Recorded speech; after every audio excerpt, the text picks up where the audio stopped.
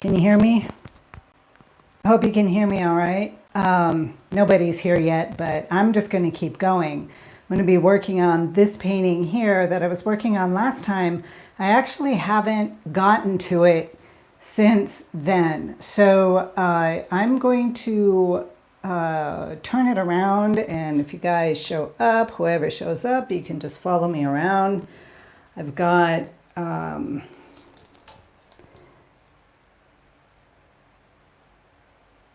kind of, I'll try and get it closer to.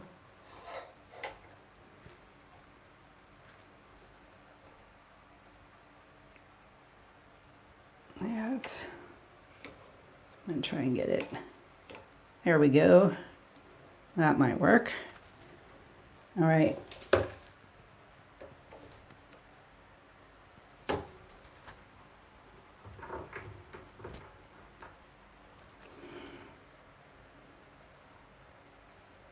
Okay, can you hear me? I think so.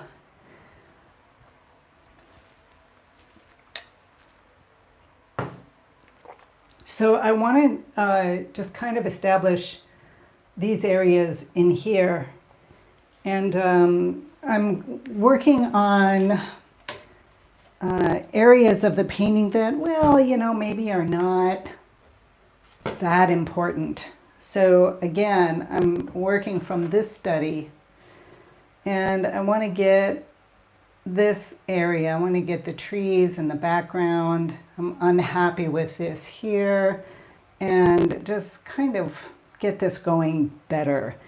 And so I'm at that stage. I have been a little bit disconnected from my painting, and so it's always good for me personally when I come back to my painting to, you know, just work on backgrounds, work on areas that I know I can't mess up, because until I get that feeling of being connected again, so that I'm communicating with the painting.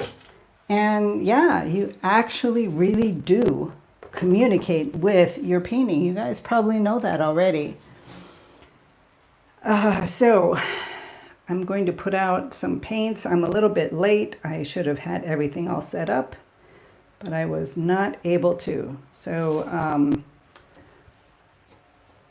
let me see if I can get a better angle and still be. Woohoo! Okay, so I'm using titanium white. I have no affiliation with any of these brands.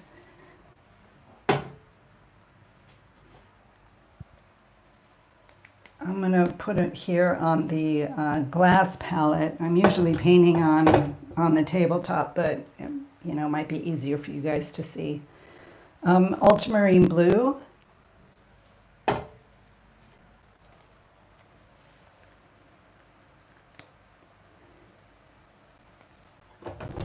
I'm going to be using raw umber in the back there.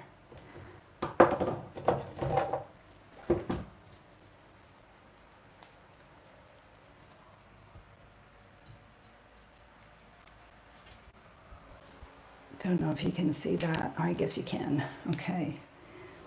And I will also put out,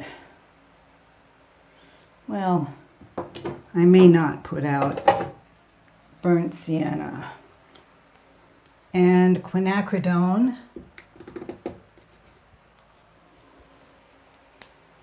which is a cool red, and I'm going to use lemon yellow back here. I'm not going to use warm colors because it is the background area, and I just want to keep pushing it in the back.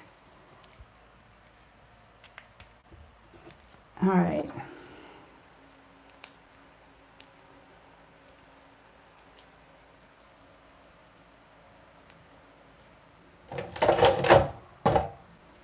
I have cerulean blue, which I absolutely love. I may use some for up in the sky and maybe mixing the olive green colors. I have to use burnt sienna is perhaps my burnt sienna and ultramarine blue are my colors. They're just the colors that I'm always using. What am I painting? I'll show you. So I have, this is a study that I did of a seascape here on this little Greek island that I live on. And I liked it very much. It turned out well. So I'm doing a larger painting for an upcoming exhibit, unless it sells. Unless it sells first, right? So I'm putting it together, yeah. And I'm pretty much in coming into the second stage. But there are some things that I need to establish this background area. And not only is it me establishing the background area, it's because I'm disconnected from the painting. It's because I haven't painted for, I guess about 5 days now. And it's just hasn't been working. And because of that, I am disconnected. I'm just disconnected from it. So I need to do an area with a lot of negative space in it, and an area that, you know, if I mess up, it's not going to be a big mess up. You know what I mean, right? Let's see. Got my terps here. And I'm going to put a little bit of liquid.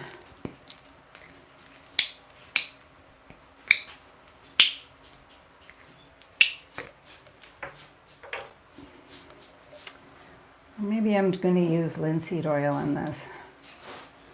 I think I'm going to do linseed oil. I'm not liking the idea. I use liquid for also, again, no affiliation. But I use liquid for studies and for, you know, quick little paintings that I'm doing. But when I'm painting something larger, I really like to use my linseed oil here. And this is my number 2. If you can see the number 2 I have written on it. And it's just linseed oil with turpentine. It's equal mix. The number 2 is an equal mix. So I'm in a fatter layer of the painting.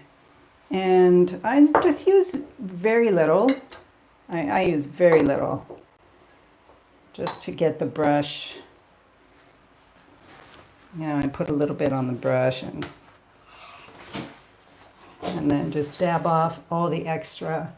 And because I'm going to be doing this area in here,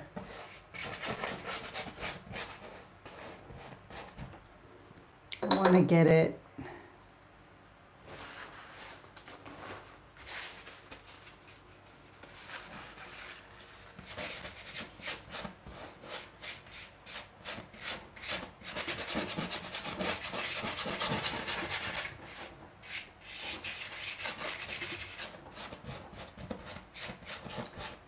so it's all in here, you know, and I don't like this area here. I'm just very, very unhappy with it right now. So I want to get that, just get it going. I'm going to start again with a sky color and just kind of going that. So we have the sun coming up behind here, and so it's creating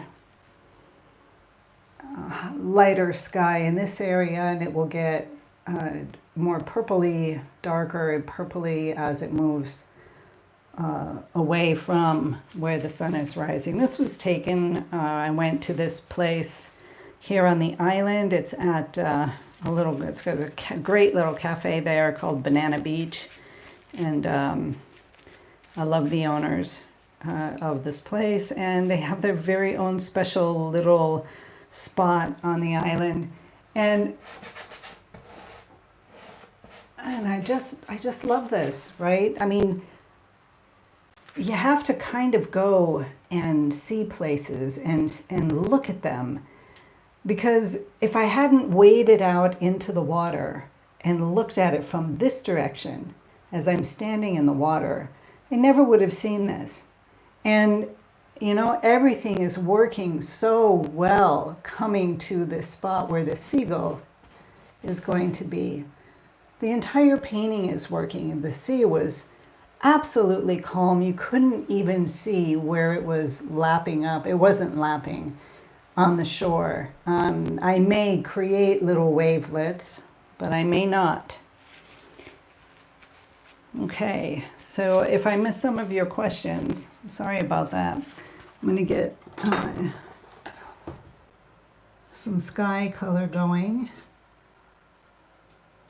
I'm mixing titanium white with the ultramarine blue.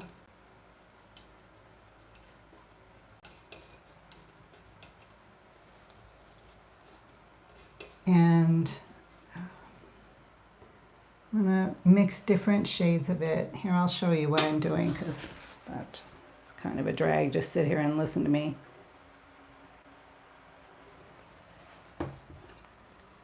So I have a basic pile here, getting a darker version. This is too light, so I'm gonna just kind of mix here, get this pile going, and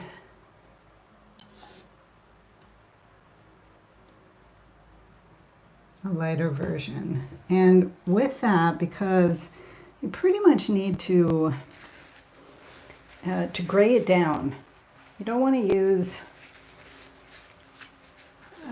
your paint straight from the tube, like, and mix an orange and put the orange on here. Even if something looks orange, you can have little tiny areas that might be orange with the actual mix of your primary colors, but they will be very minimal and only for accent. So in this blue pile, I need to add the complementary color, and so I'm gonna mix my own orange to use.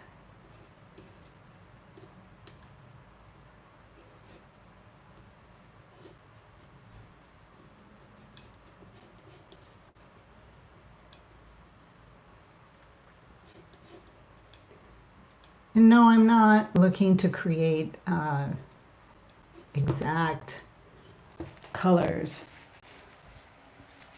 I'm looking to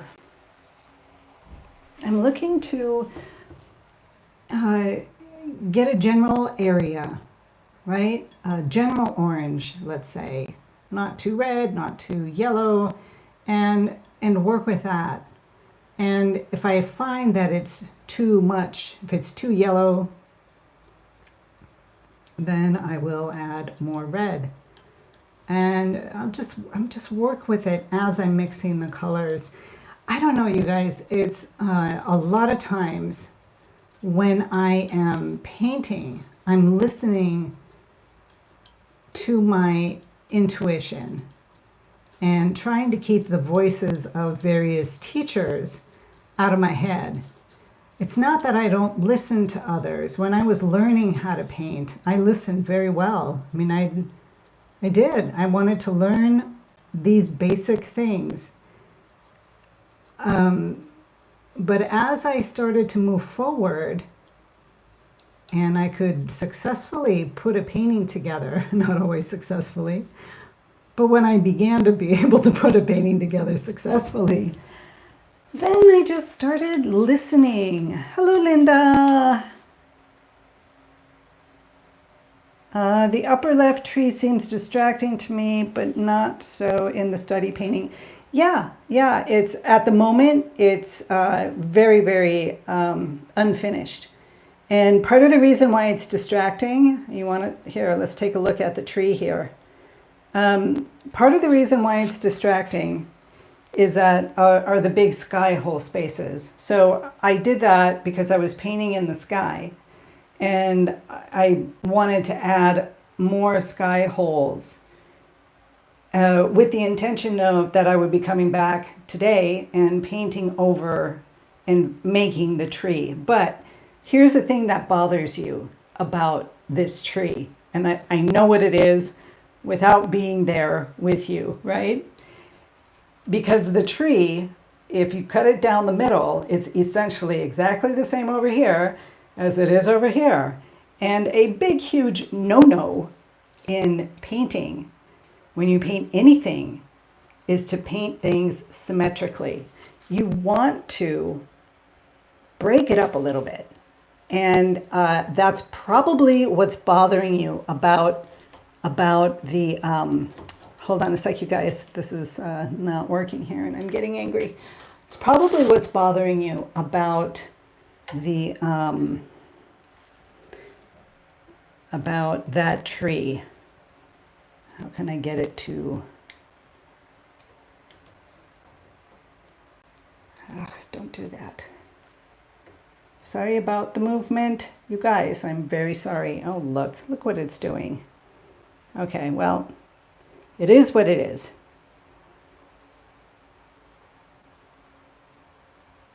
So that's what's bothering you about it. Like even this circular rock needs to be broken up a little bit. It's too round. And you don't want to have the same shapes here and here. And because the actual real scene has these triangular shaped rocks, even this one was a big triangular shaped rock, it all looked the same. And it was basically repeating the same shape. So I turned it into a roundish rock. And it works a lot better if I can manage to if I can manage to turn it into this painting, into the study, which I like very much. So these are my intentions, and you can see the olive tree in this painting, right? Is more broken up. It's looser. It's not the same on this side as it is on this side. Look at the difference, right? That's why it's bothering you.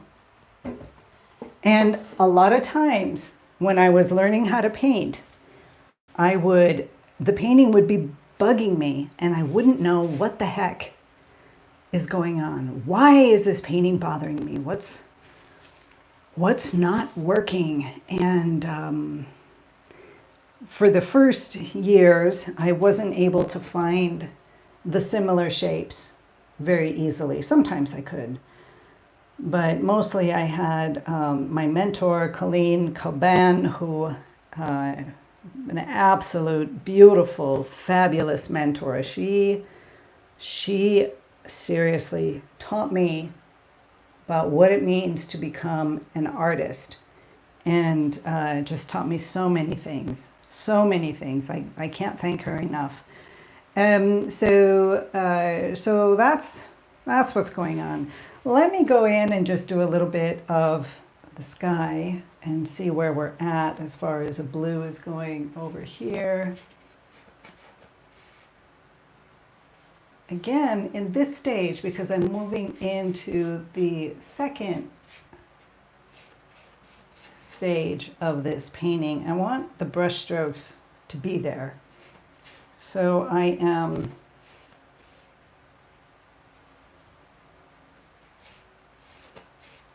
spending more time gathering the paint and bringing it in, making a few brush strokes and then getting more paint. So I'm gonna mix up a little bit more because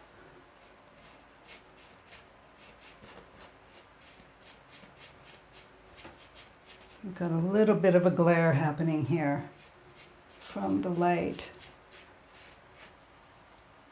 That's okay.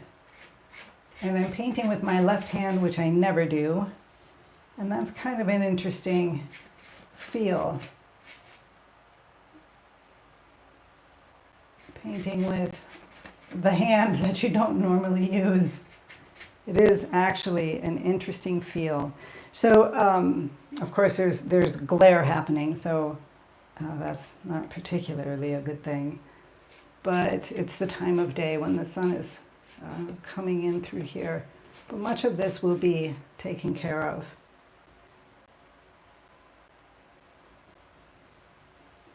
By adding orange to the blue, the sky color, it really dulls down. It makes a gray. So this doesn't look like a gray, but it is in fact considered a gray as it has. That's in here, in the sky holes, you must make the value just a little bit darker. Otherwise it will glare through. So adding a little bit more blue, still not enough.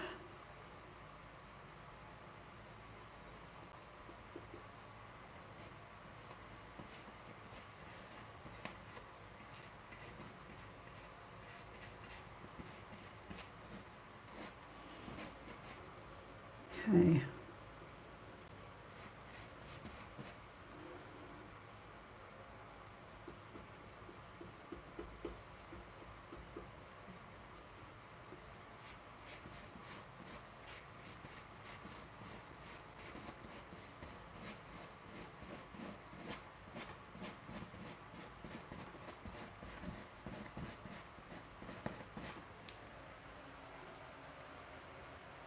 All right.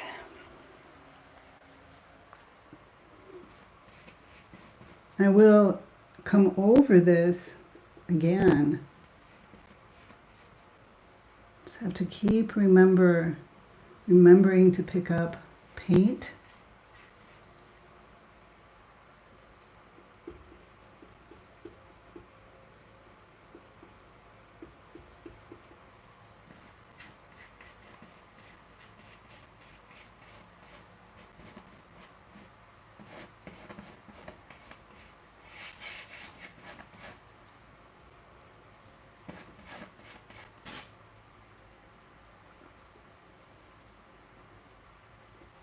Moving towards the back here again, allowing some of it to come through what I've already put in, but I'm going to take a look at that.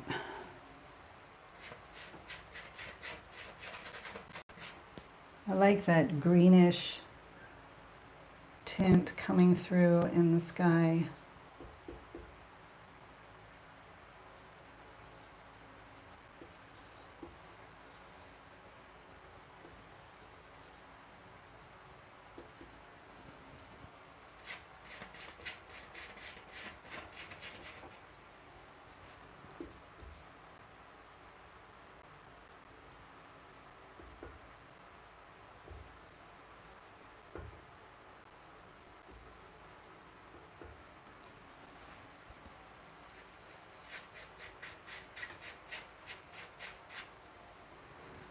I like the feel of how a sky looks with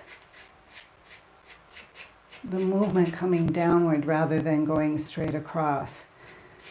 I like movement in the sky, even if it is a clear blue sky.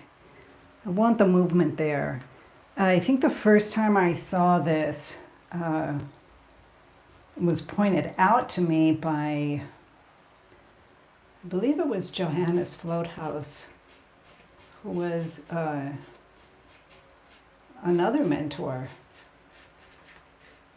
He's the one that taught me how to put a painting together, the foundations of it, right? You do this, you do that. This is how atmospheric perspective works. And I went to one of his workshops in Canada.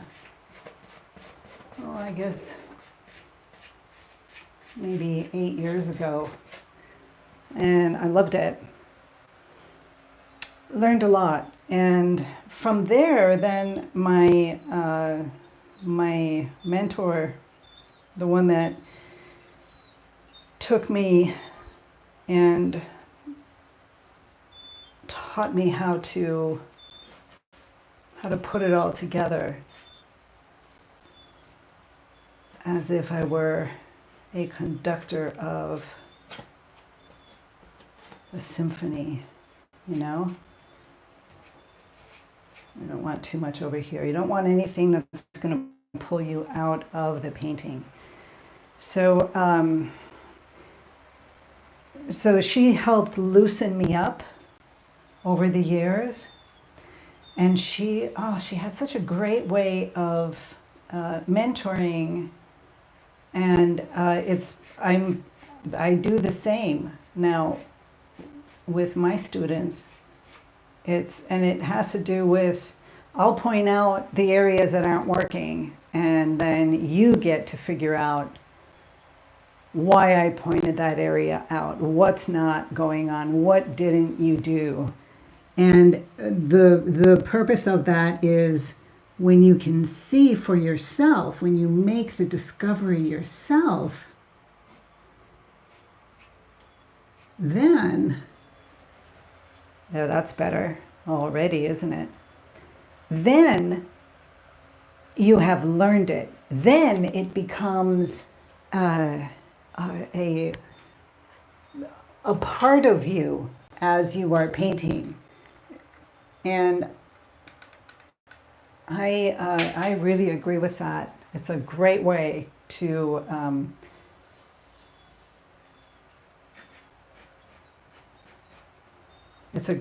get an artist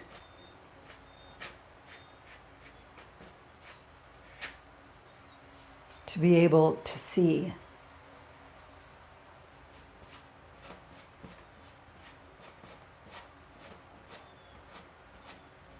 So a lot of times just painting into an area that's not working for you, you know, like here. I'm going to pick up a little bit of the cerulean blue and play around with that, just mixing it into my pile. I am adding some orange, but very minimal amounts. And, you know, that's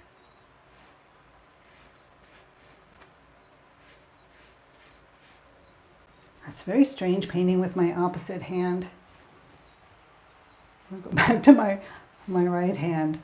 But you know what's interesting? You guys should try this, right?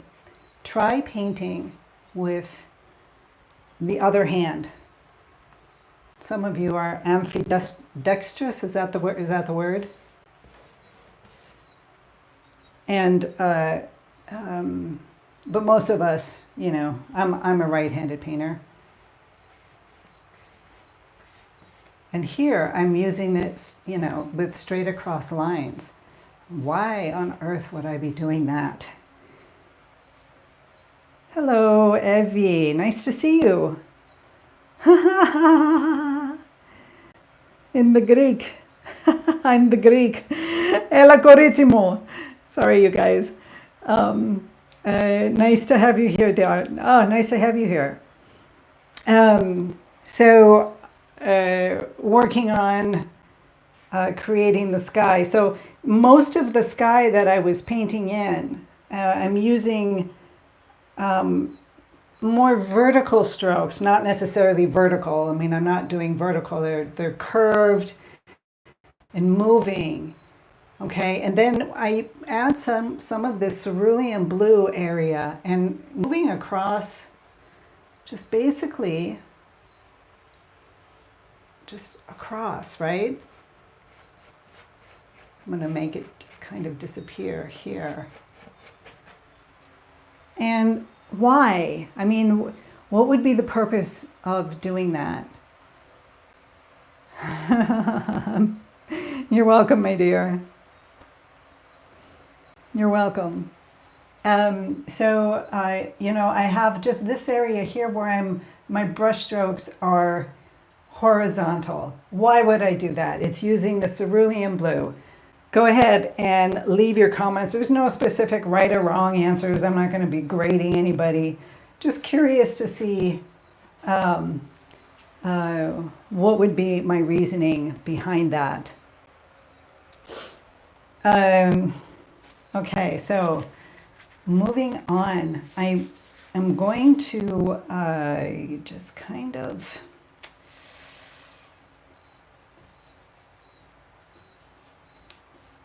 I'm going to try something which I might completely mess up.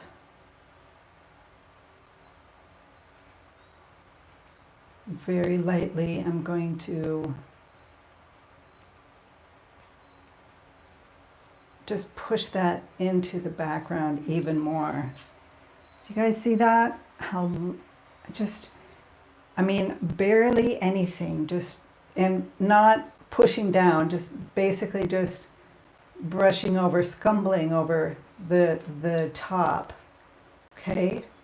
And I think I'm going to do some of this tree here as well, because the items, whatever they are, in the background, it's as if the sky is coming down on top of the background hills, the mountains, the trees. Evie.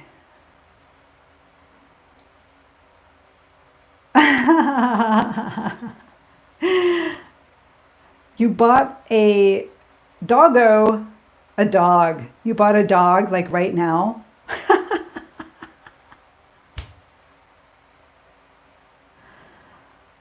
I'm in Khalkidiki. Of course I can come to Thessaloniki. I'll be coming down tomorrow, but I don't know if I'll have time. I'm going to pick up some people at the airport. Ah, you're in Thessaloniki. Oh, we're going to have to get together for a coffee. Okay? That's great. Λοιπόν, so now I really have to fix this. Tree is horrible, but you can see now, like, I've just brushed into it, and that's fine because now I'm going to go over on top and get it working.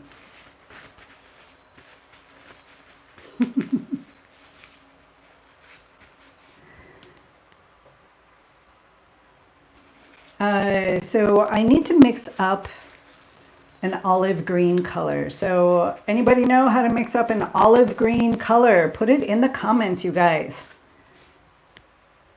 Any ideas?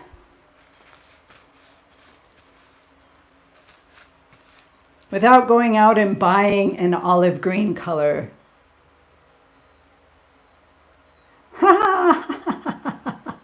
In Calamaria, well, that's easy enough.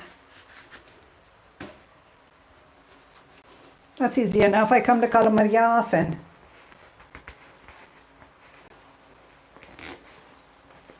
Okay, so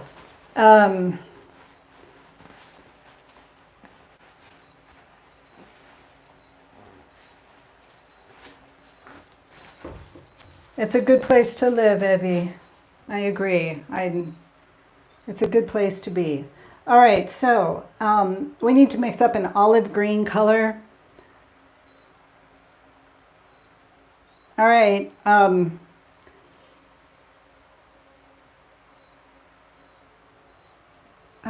So we need to put that together. Hold on. I need to mix up the colors. So let me turn the camera down again. Sorry I don't have both at the same time. My setup isn't working well, and actually I'm just not good at figuring it out. So it's just easy to blame it on the setup and not myself. Okay, so I need to mix an olive green. An olive green is a very, very dull green. One super easy way to do it is to mix a black with a yellow. I don't use black on my paintings. I don't put black on my palette. I make my own. So how do I make a black?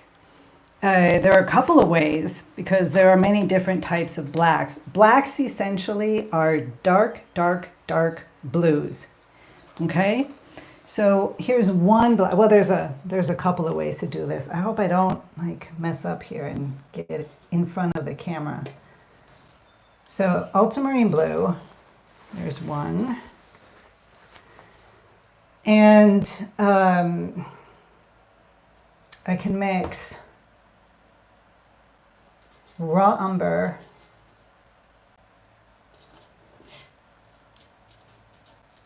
and that will darken, make the value lower and take the blue out of the blue, just dull it down a little bit. So that's one black. Okay, have you guys done this before? Hey, thank you, darling. I appreciate that. I appreciate that. You can mix ultramarine blue. You can do the same here with ultramarine blue, but let's do something else. Let's mix the orange. Let's see what happens if we mix the orange into the blue. It's going pretty green, so that means it needs more red. Because if you mix red and green, that will also create a dark, dark, which you can use as a black as well. Can you see that?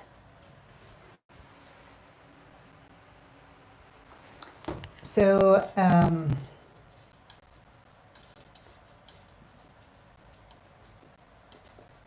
so those are two blacks. Let's see what happens if we mix some yellow into this one. We're looking for a dulled down green. Don't want a bright green.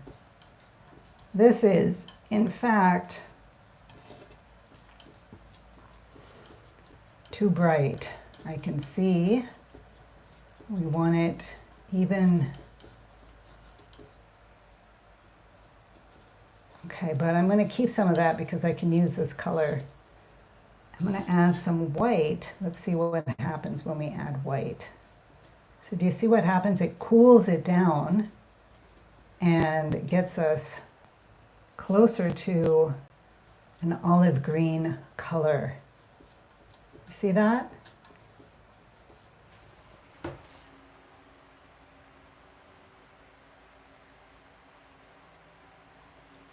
I can't read the comments right now. Evie, if you want, send me, find me on Instagram or and send me a message, or on Facebook.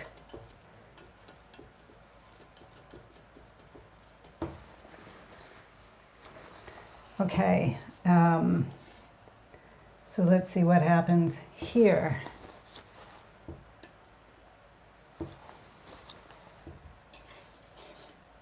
Let's see what this,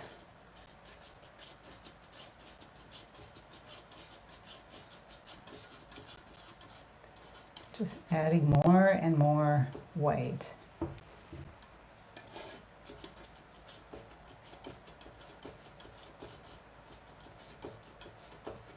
So now we have to remember also in the background, there's more sky involved, pushing it back. So the values will become lighter and the colors will become, you know, they won't be warm. They'll be cooler colors, grayed down colors.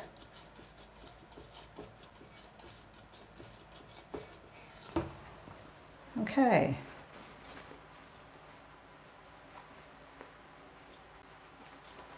Are you? Oh, Evie. Well, I'm so glad you're here learning how to paint. Bravo, show. Bravo, bravo. All right, so these are two colors that I can use in the olive trees, in fact. These ones here are cooler, so they can be used in the more of the shadow areas. And, you know, let's just see what happens. I actually didn't mix very much, though. Let me mix a little bit more.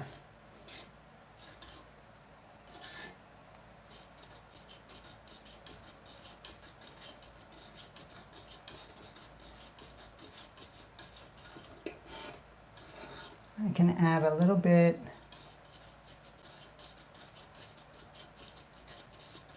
of the yellow to just to green it up slightly. But I don't want to do it too much.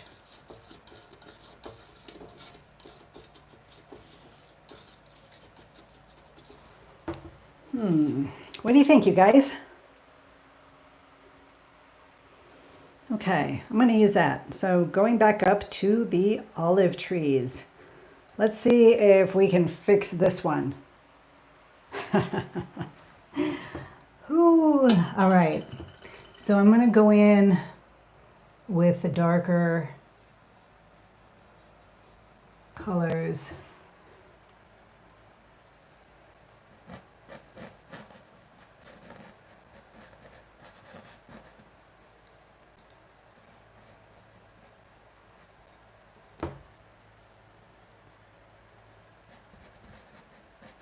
I'm going to just kind of bring this part a little bit more forward.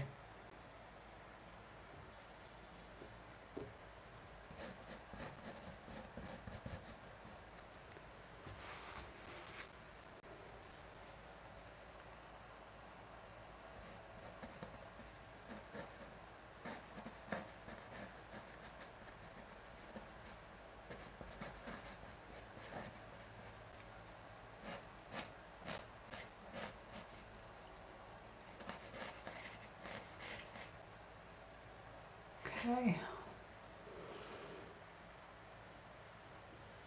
Up here, more a tree is disappearing into the sky.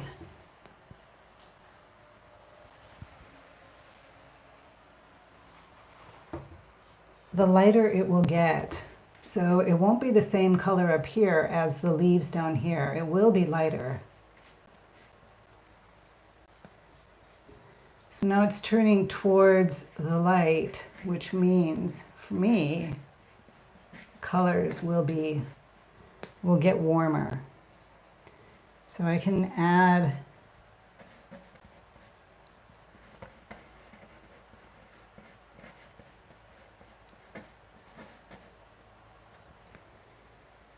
a little bit of yellow here and there.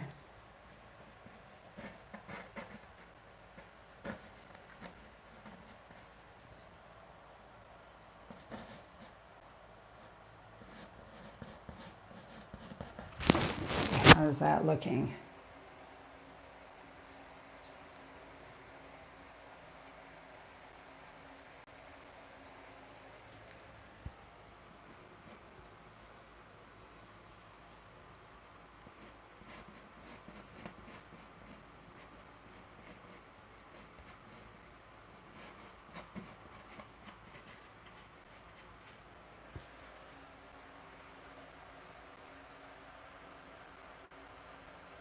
Hello, Emily.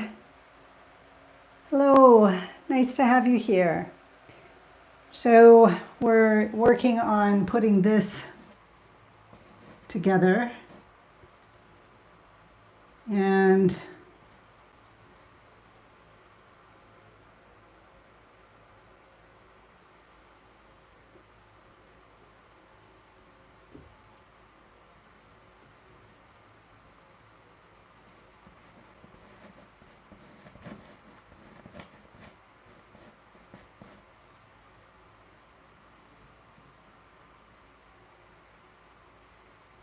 move it down here a little bit, and also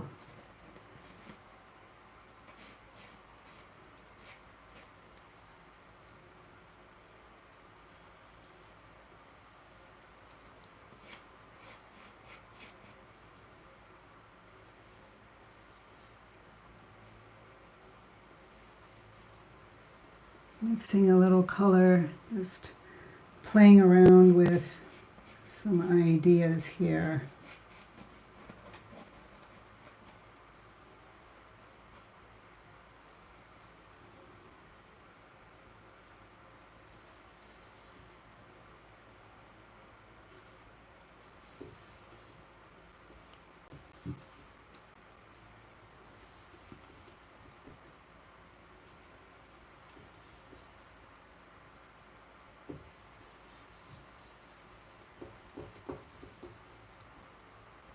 So here I also want to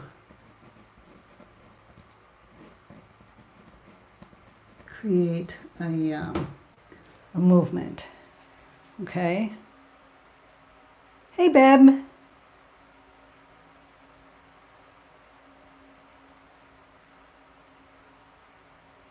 Yeah, the seagull's going to be really nice. Hopefully, if I don't mess the seagull up. Coming into these areas, right, you can begin to use more darks.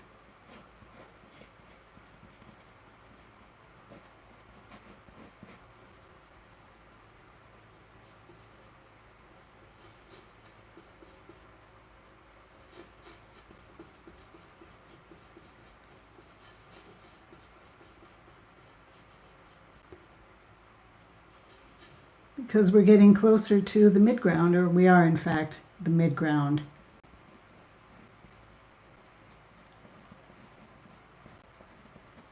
I'm going to establish this here as well. And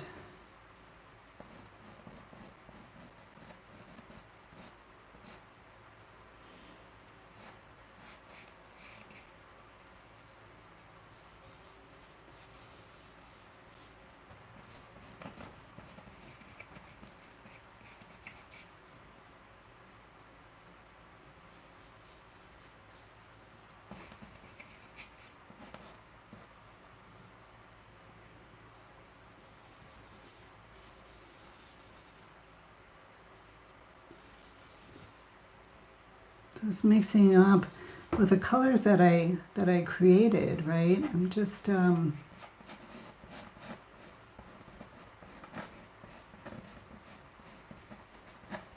a little bit of raw umber.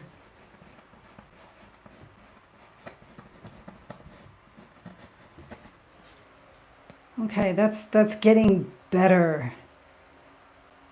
Bye, honey. Emily, thank you, sweetheart. Peter. Ha! No, it's not. It is a scene here on the little Greek island that I live on. It is a rock formation. Let me show you, because I don't think I've... it's a rock formation. This is the study that I did. So this is, I'm in the sea, and I just took a picture, a photo reference of this rock formation as the sun was coming up. Well, mid-morning sun, okay?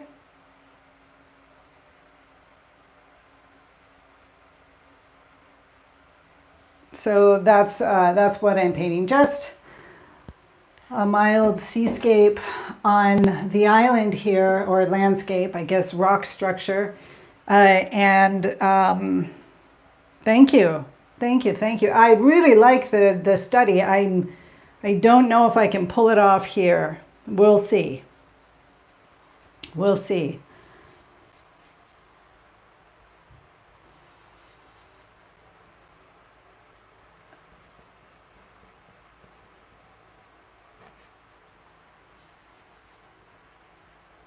And again, the farther back I go, the more, oops.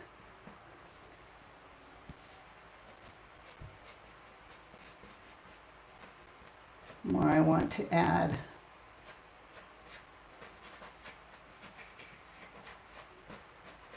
Maybe connect these here, just lighten things up. I want to get rid of anything that was going to pull people out of the painting this way. So just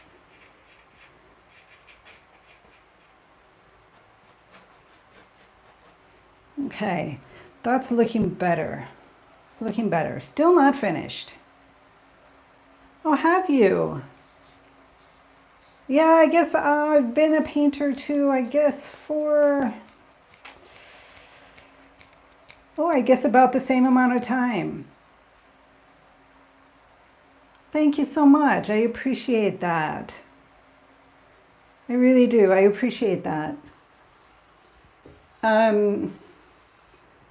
There's so much to learn.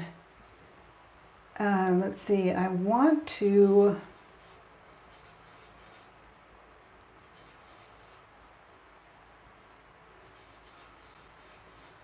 get a green here.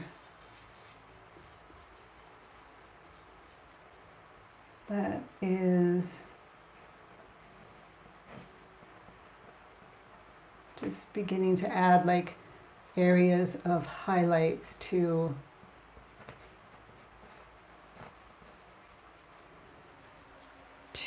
bring these closer, to get more of a sense of depth between what's going on with this, these various bushes and this area back here.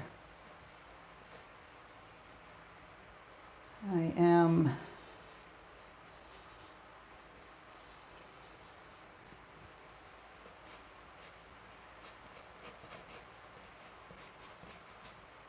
the changes in the values need to be, they're just so subtle. You see that? Okay. Have I taken live classes for Master's Partners class? Let's see. Did I not? No, I haven't taken classes like, you know, you can book the year-round classes with artists, and there are many artists out there that I really admire, that I know I could learn a lot from. I have not done that. There's to answer your question fairly. To answer your question fairly, if I took, you know, a class with Scott Christensen, for example, who is a phenomenal artist, he's phenomenal, or Clyde Aspivig, I would want to go there and be present with them rather than taking their video courses. I have a thing about that, like, you know, like what I'm doing here, right?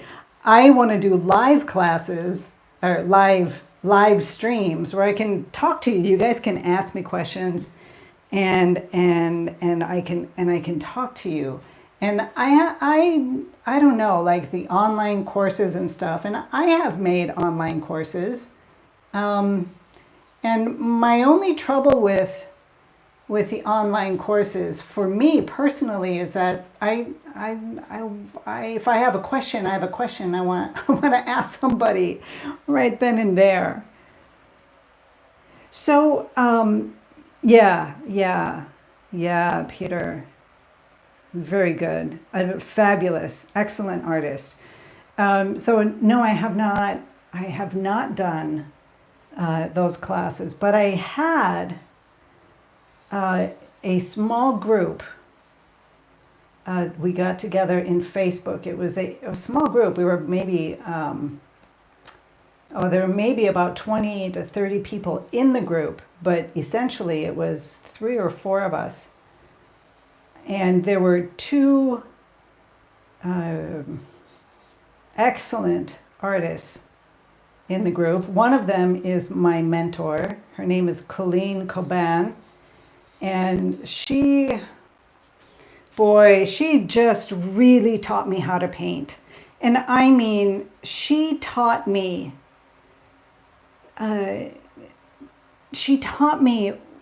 about the art of painting. She taught me how to do a landscape and how to do all of these things as well. Yeah, sure. She did all of that. But she really taught me what it means. Why are you painting this? You know? Where is your notan? Why are you doing this? What is the purpose of the painting? What's the meaning of it? And I love that because she made me focus. She made me focus on what I was doing. Every single brushstroke has an intent. It has a purpose. It plays a role. And no, of course, when you're beginning, I mean, even we're 11 years in, right, or so, even after a lot of years of experience and understanding the artwork, the art form, it's still very difficult sometimes to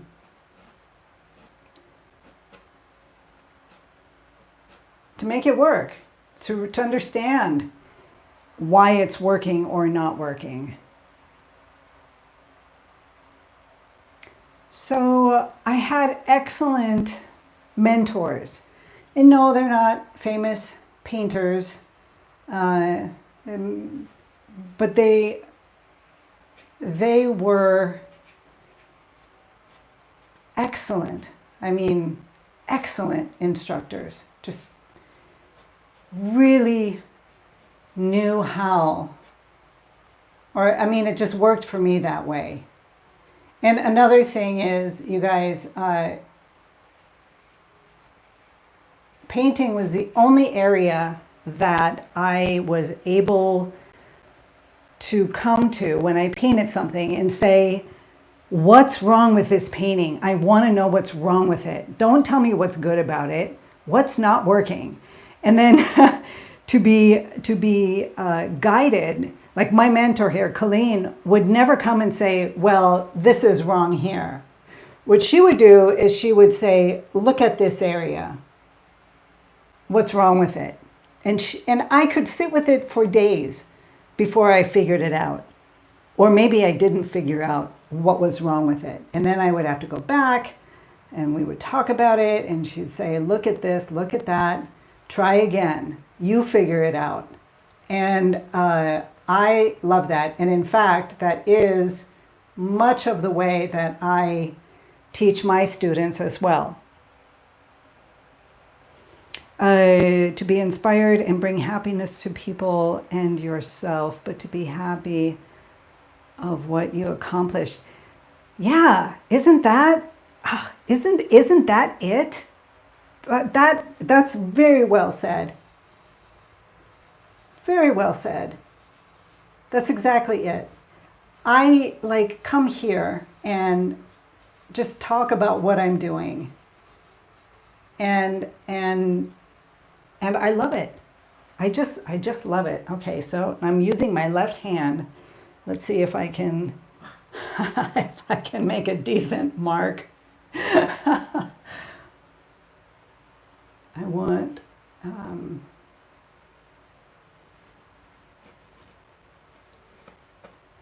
You know, the cool thing about using your non-dominant hand is that you can, you'd be surprised at the marks you make. And even if they're not the ones that you like, maybe they're not going to work, oftentimes you can find what is working.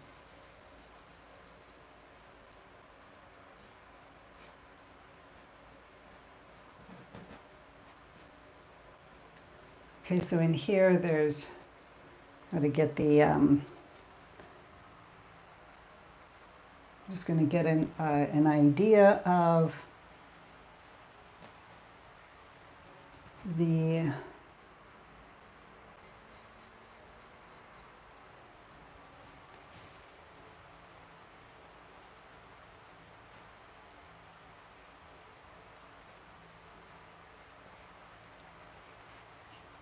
okay, just an idea of a stem happening.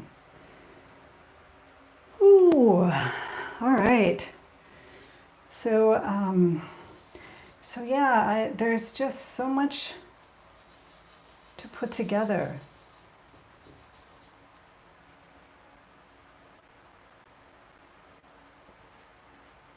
Getting a little bit of warmth up in this part of the tree as the sun is shining upon it. And just very minimal. Oops.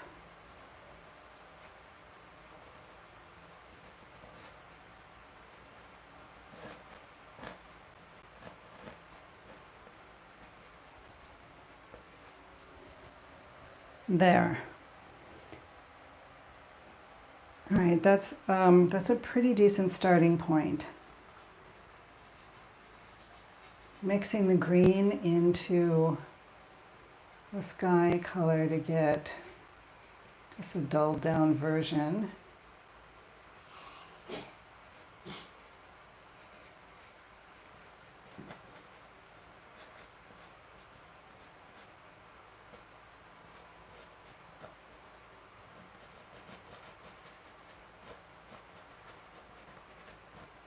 Let me get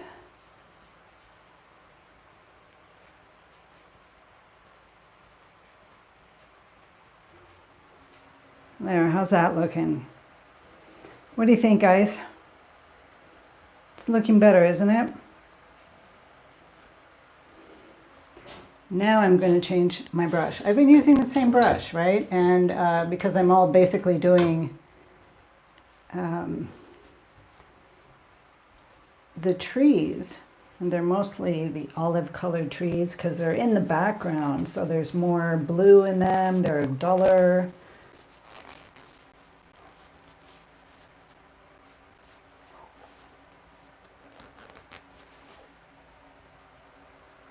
Thank you. Okay, still so much to do. Oof.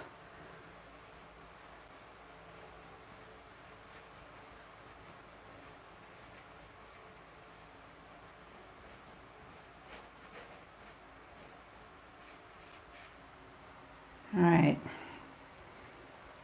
So I'm going to do a little bit of, there's this like bush, this reddish, yummy reddish bush. So I'm using quinacridone rose, which is a very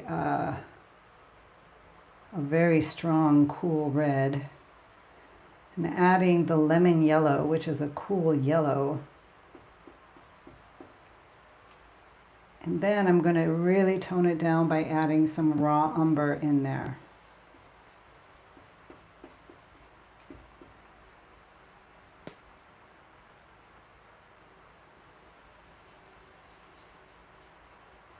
And to get a sense of it, I also added some ultramarine blue. So here's the thing, when you guys are using a limited palette, pretty much you are able to mix your colors and not worry about creating mud.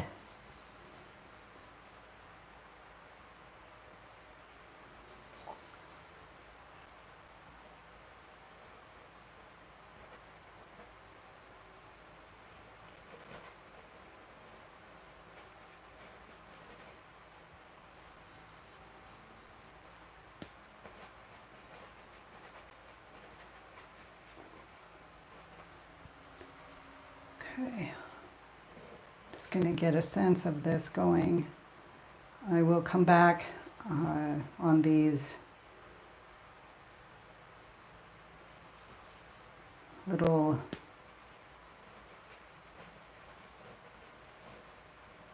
flowers, these red. They were coming up also like right after this rock.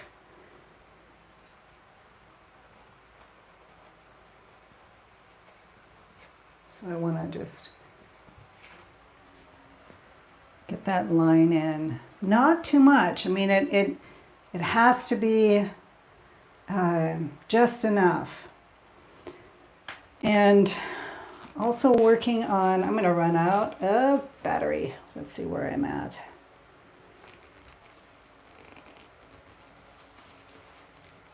Hey, Stewie. Nice to have you here. Yeah, the angle is much stronger now.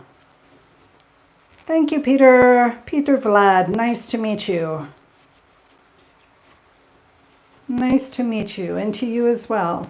So, yeah, getting the angle and just kind of finding ways on putting it all together.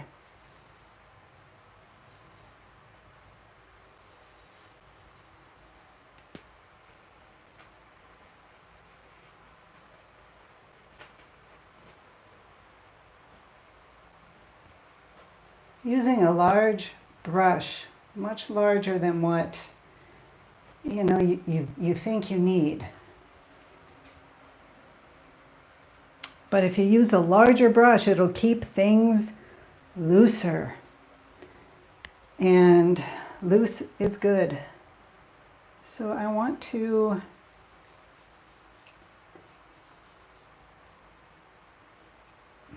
there's some areas here that have inklings of rocks.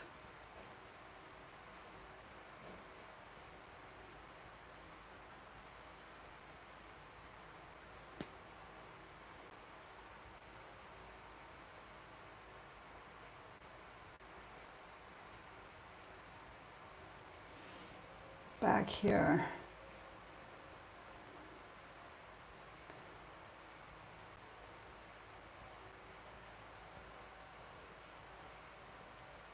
Okay, so we have this movement coming down here, and you guys, this is the. Thank you, Beb. This is the. Here's the thing. The basic design of the paintings are large shapes, coming down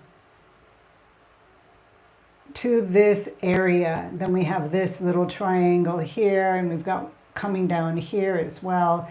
Everything kind of pointing to this bird. We have this shape here of the beach.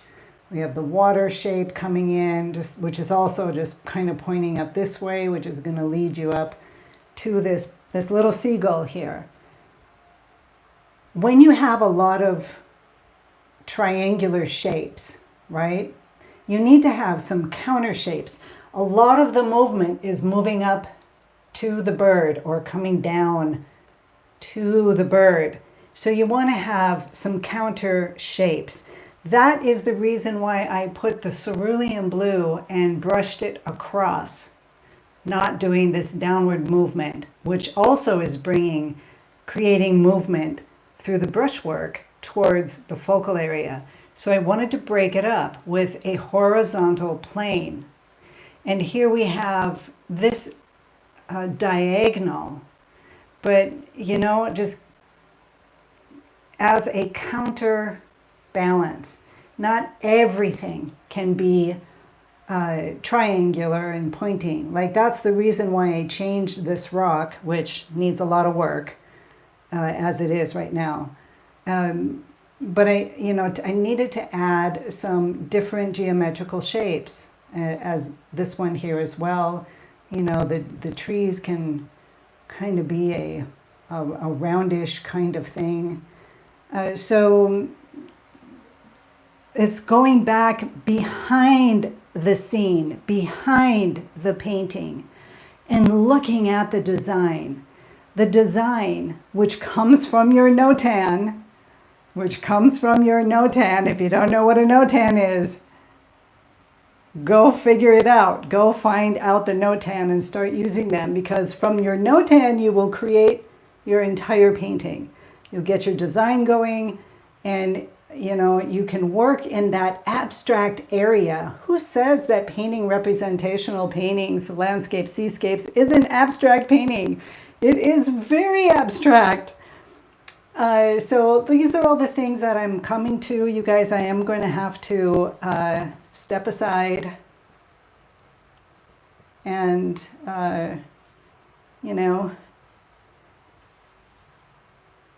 have a student that I'll be meeting up with afterwards. So I gotta get ready for that. There we go. Counterbalance. Got it. I like that point of view. Yes, because, yes, counterbalance. And another way of putting it, Beb, is a balanced imbalance. Here, let me, had to look up Notan. Got an app for the phone that changes photos into Notan. Okay, yes, I have those too. This is what I want you to do. If you want to listen to me, you don't have to, obviously. Get a pen out. Get a small pen, a pen and a piece of paper. Hold on a sec. Hi. Hi, you guys. Get a pen and a piece of paper and draw out little thumbnails of your design, whatever it is. You could put a lemon there on the table and create notans with your pen and scribble it in. And I mean scribble it. Don't get all tight and drawing and like making it perfect and this and that. No. The notan is a very abstract place. Let yourself be free. Just scribble like you're a 5-year-old having fun, and you don't care if you color inside the lines or not.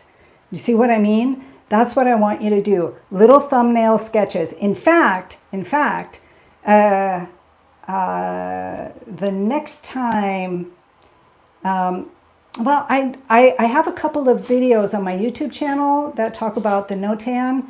I wish I knew offhand. I can't remember what I named them. But if you go into my channel and search notan, I think there's 2 videos that cover it. The latest one, the more recent one, is, oh gosh, is it this painting? It's actually, I think it's the study that I had started. So it's like a 4-part series. That's the one. Go to that one. It's the first one in there, and take a look at that and see how I do the notans there. They're very sloppy. They're very free. There's no right or wrong, and you're trying different, am I going to put these midtones into the light or should I put them into the dark? Because it's just black and white. You don't have 3 values, it's just black and white. So you're just scribbling it in. Go try that. Stewie Arch, right? And leave the app alone. Leave it alone. You won't get a feel for it if you're using the app. You can use it. It'll just make everything very detailed. You don't need detail. Notans are not for detail. It's to set up this balanced imbalance of your painting. The underlying blueprint of your painting is the notan. Cool. So if you want, Stewie, it would be great. You can, if you want to talk to me about it, you can send me a picture of the notans and the things that you took. If you want to talk to me about it, I'm here, okay? You can go to my website, vitaevenson.com. And email me. I mean, I'm here for you if you have any questions, okay? It's a great practice, trust me. It may seem minimal, squint down at what you're looking at and just see the large dark shape and the large light shape and just scribble in the dark shape. That's all you need to do. And you can do that when you're outside and you're taking a walk. You can just see something at a tree and you can just squint down at it real hard and just separate the darks from the lights. Just practice it. Practice it, practice it. You'll see how it affects your paintings in a way that you never expected. Trust me, just trust me, because I didn't pay any attention to the notan for the longest time. I was like, I don't need to do this. What the heck is this? Notans, no way. Why bother? Why bother? And then I actually started doing them and I was like, oh, okay, I get it. All right, you guys, I'm going to be back here. I'm planning on being back here on Thursday. So this worked.